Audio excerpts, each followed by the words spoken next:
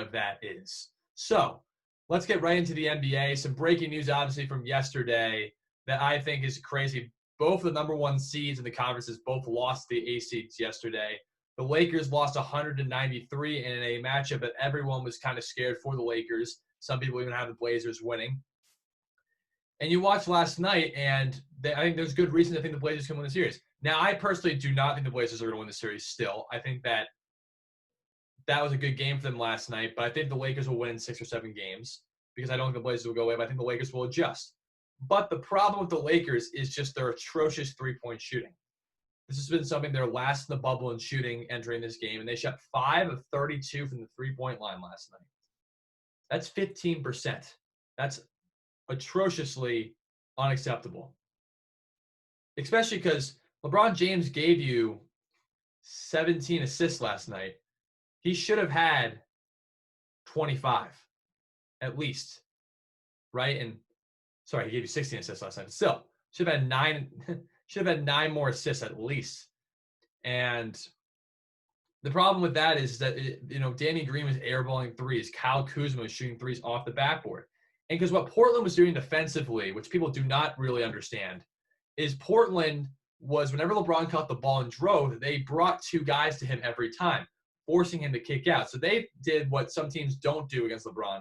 Some teams are saying, oh, okay, it's fine, LeBron wants to be the scorer. We're going to make sure the other guys don't get off.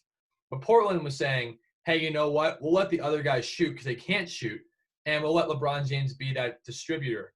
Now, the problem I see with that is LeBron James' guys look at that situation and say, you know what? I'm going to take over the game no matter what. And I'm going to say to AD that you're not doing what you're supposed to be doing as an offensive player. I'm going to go and be downhill. Even though I shoot 11 for 30 from the floor, I'm going to be super aggressive and just not really care about what you guys want. And that's the problem. The problem is last night is, even though I think LeBron played well, he didn't play dominant. And I think that's crucial. Now you're going to look at those numbers and say, well, he did play dominant. But no, he didn't. He didn't play dominant.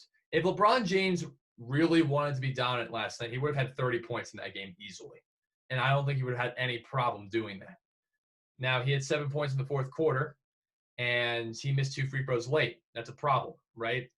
It could have been 9 points right there. And if AD makes his free throws, right, that's a 3-point game instead of a 7-point game.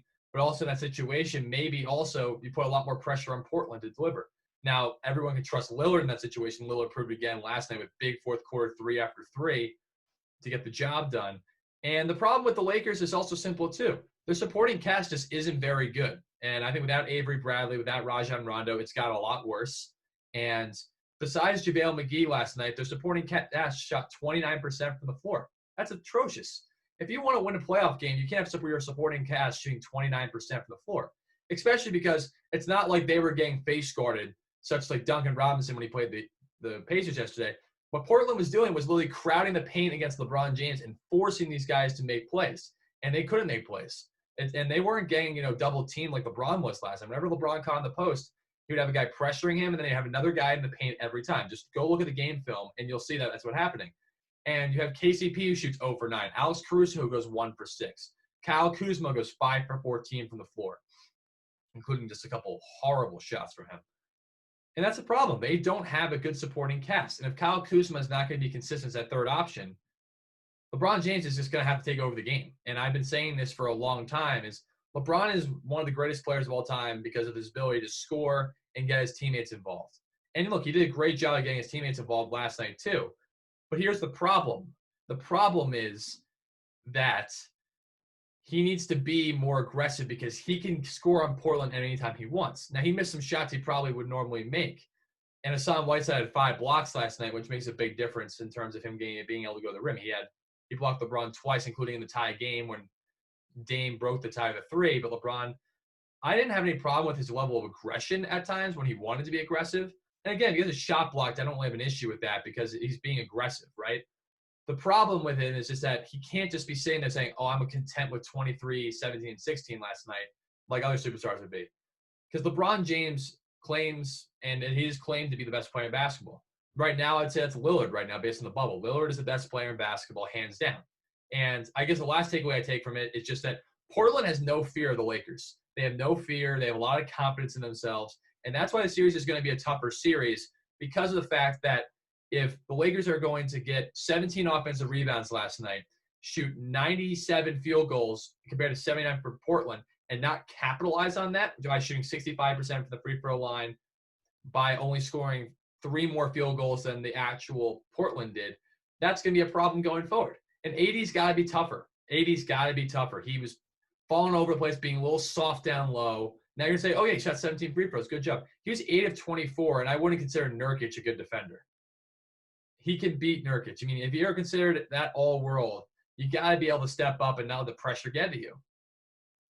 And for LeBron, that's frustrating, because if LeBron's relying on AD to be that scorer, because LeBron's older and can't do it as well, that's not going to allow the Lakers to win this series. Because if AD consistently plays as soft as he's been playing, you're not going to win many games going forward, and that's not going to allow you, as the Lakers, to beat a team that is hungry, driven, and together like the Portland Trailblazers are right now.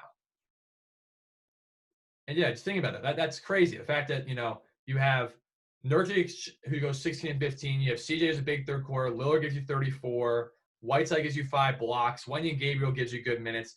But the Lakers completely dominate them on the boards. They get 12 more offensive rebounds than them, and and 18 more field goal attempts, but only make 3 more field goals than Portland did.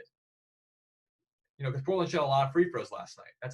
That's unacceptable for the Lakers going forward. And I think LeBron will turn around, but LeBron's got to look at this game and say, I got to be aggressive no matter what.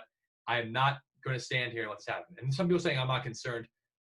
Well, I think there should be a little bit of concern, but I think that you have to also understand that LeBron has never had. If you look at 2018 with Cavs, he didn't have great game ones all the time, and he came out in game 2 and took over. So just let's see how game 2 goes before we say Portland's definitely winning the series, right? So I think that's where we go from there. Now the Bucks lost yesterday by 12 to the Magic. Nikola Vucevic gave you 35 points yesterday. Giannis gave you 31 and 17 and 7 assists, but he had no points but with 11 minutes to go and less in the game in the fourth quarter, and they lost. Now, why is that a problem? Because what Orlando did is they built the wall, and Giannis couldn't hit any threes. Giannis shot below 50%. He shot 12-25, and a lot of that was a problem in the fourth quarter. Chris Middleton, once again, just shows why I just don't think he's a very good second option, shooting 4 of 12 from the floor. And while some people might say, he's a great player, he is a good player. He's 20, he's almost a 50, 40, 90 guy for a reason. He's a good player, but he's a third option on a championship team. He's not your second option. And do I think Milwaukee's going to lose this series? No, they're not going to lose this series. But that's a problem for them moving forward. If Giannis does not have it go in the fourth quarter, who are you going to turn to? Eric Bledsoe gave you 15. That's nice, but he's not like an exceptional superstar. It's Chris Middleton. But Chris Middleton was 4 of 12 against the Orlando Magic, right? It wasn't the Toronto Raptors. It wasn't the Boston Celtics. It wasn't even the Miami Heat, who they might see in the second round. And having Orlando just absolutely back cut you to death, Terrence Ross scoring 18 points yesterday and Gary Clark scoring 15, that's just unacceptable for the Bucks. The Bucks just didn't defend anyone yesterday. 122 points to a team without Aaron Gordon and Jonathan Isaac, especially a team that you've blown out 4 times this year. Not good enough. If you like that clip, like and subscribe to hear more from Stret Takes podcast show, and be in touch for more stuff coming up weekly.